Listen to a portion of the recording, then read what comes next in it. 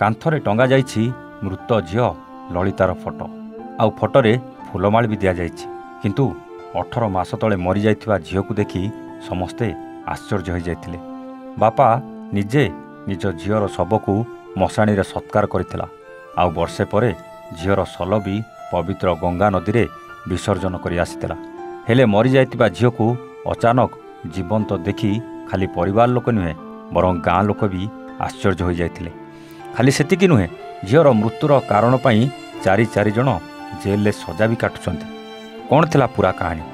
ଆସନ୍ତୁ ଜାଣିବା ଆଜିର ଏ ସସ୍ପେନ୍ସ ଭରା କାହାଣୀରେ। ହ୍ୟାଲୋ ହାଏ ନମସ୍କାର, ଷ୍ଟୋରି ୱିଥ୍ ପ୍ରତାପର ଆଉ ଏକ ନୂଆ କାହାଣୀକୁ ଆପଣଙ୍କୁ ସ୍ୱାଗତ।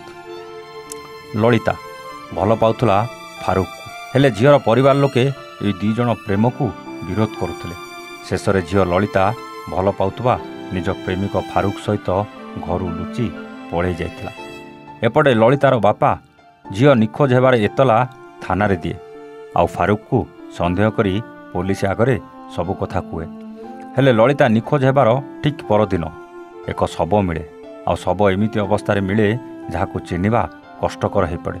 କିନ୍ତୁ ଝିଅର ଡ୍ରେସ୍ ଆଉ ହାତରେ ଲେଖାଥିବା ତା ନାଁ ଆଉ ଗୋଡ଼ରେ ପିନ୍ଧିଥିବା କଳା ସୂତାରୁ ପରିବାର ଲୋକେ ଜାଣିପାରନ୍ତି କି ସେ ତାଙ୍କ ଝିଅ ଲଳିତା ବୋଲି। ପୋଷ୍ଟମର୍ଟମ୍ ପରେ ଲଳିତାର ଶବକୁ ପରିବାର ଲୋକଙ୍କୁ ହସ୍ତାନ୍ତର କରାଯାଏ। ଲଳିତାର ବାପା ଗାଁ ଲୋକଙ୍କ ସହାୟତାରେ ମଶାଣିରେ ଲଳିତାର ଶବ ସତ୍କାର କରନ୍ତି।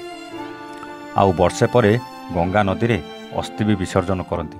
ସେପଟେ ପୋଲିସ ଘଟଣାର ତଦନ୍ତ କରି ଲଳିତାକୁ ନେଇଥିବା ଲଳିତାର ପ୍ରେମିକ ଫାରୁକ ସହିତ 3 ସାଙ୍ଗକୁ ଗିରଫ କରି କୋର୍ଟ ଚାଲାଣ କରନ୍ତି। ସେପଟେ ଜେଲ୍ ଭିତରେ ଲଳିତାର ମୃତ୍ୟୁ ପାଇଁ 4 ଜଣ ସଜା କାଟୁଥିଲା ବେଳେ ଅଚାନକ ଘରେ ପହଞ୍ଚିଯାଏ ମୃତ ଲଳିତା, ଯାହାକୁ ଦେଖି ସମସ୍ତେ ଆଶ୍ଚର୍ଯ୍ୟ ହୋଇଯାଆନ୍ତି। ଲଳିତାର ବାପା ତୁରନ୍ତ ଝିଅକୁ ନେଇ ଥାନାକୁ ଯାଏ।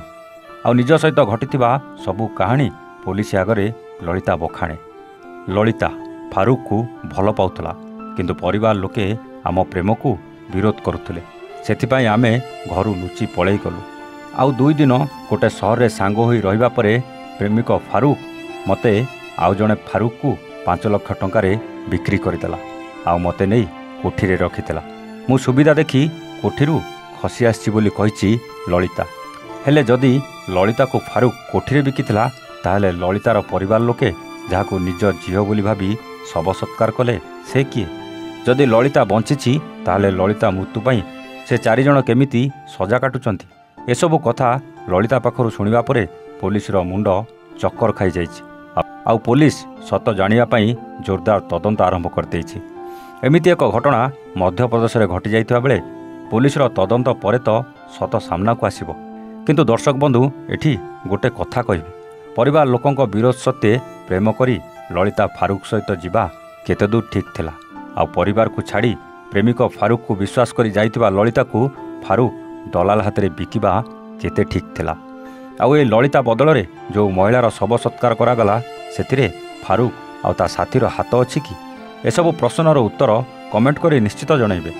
ପ୍ରେମ ଭୁଲ ନୁହେଁ କି ପ୍ରେମ କରିବା ପାପ ନୁହେଁ।